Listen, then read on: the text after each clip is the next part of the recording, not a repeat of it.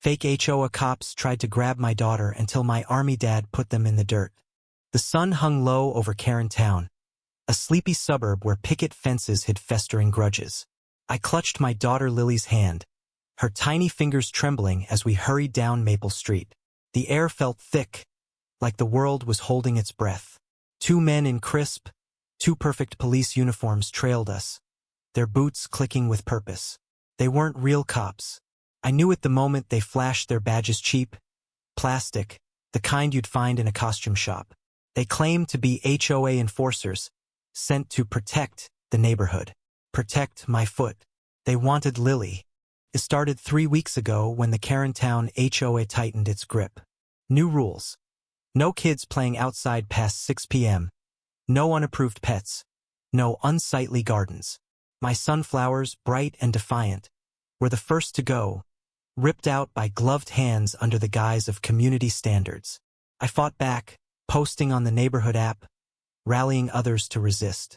That's when the whispers began, rumors I was a troublemaker, a threat to their perfect order. Then came the cops. Mrs. Carter, hand over the girl. One of them barked, his voice sharp like a blade.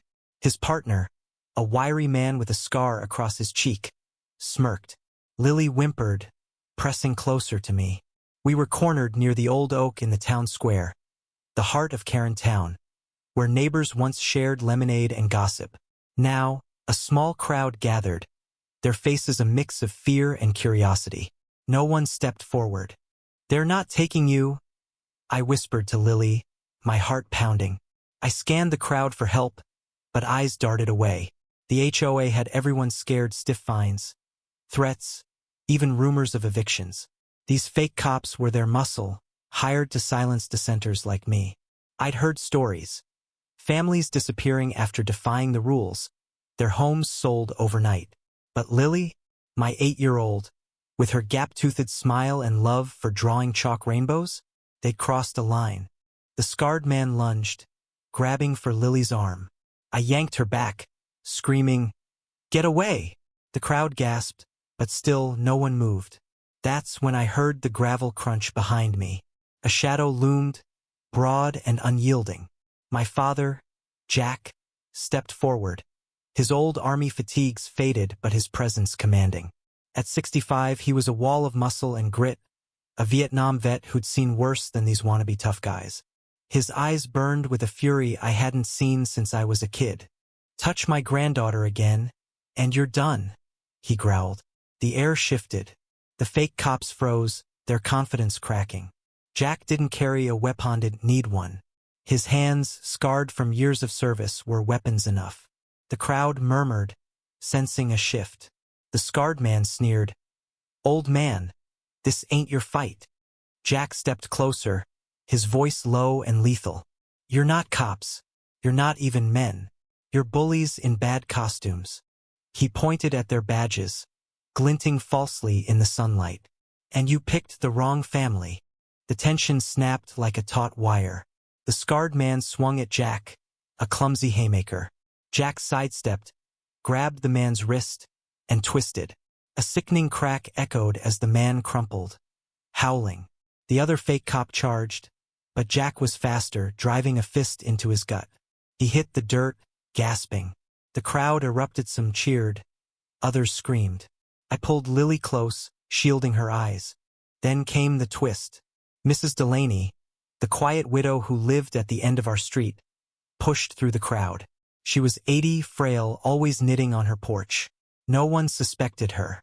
"Enough!" she shouted, her voice cutting through the chaos. She held up her phone, screen glowing with a recording. "I've got it all, every threat, every fake badge. I've been watching you HOA vultures for months." The crowd gasped. Mrs. Delaney, the unassuming neighbor, had been documenting the HOA's corruption, uploading evidence to a hidden server.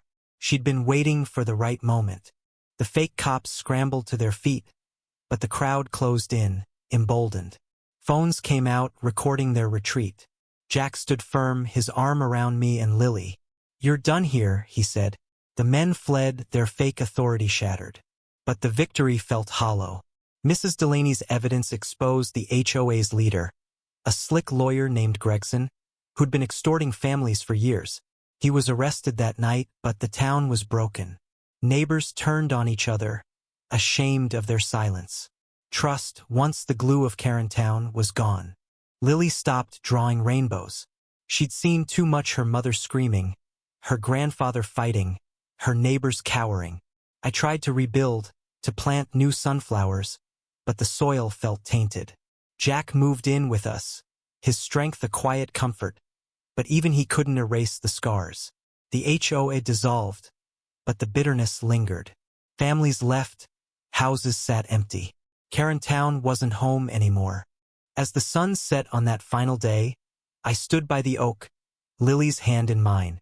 Mrs. Delaney sat on a bench nearby, knitting again, her eyes distant. She'd saved us, but at what cost? The truth had torn the town apart. I looked at the wooden signpost, its handwritten words faded but still legible. Fake cops, real danger. Can trust survive in Karen Town? I wondered if it ever could. What do you think when a community fractures? Is justice worth the cost of trust lost?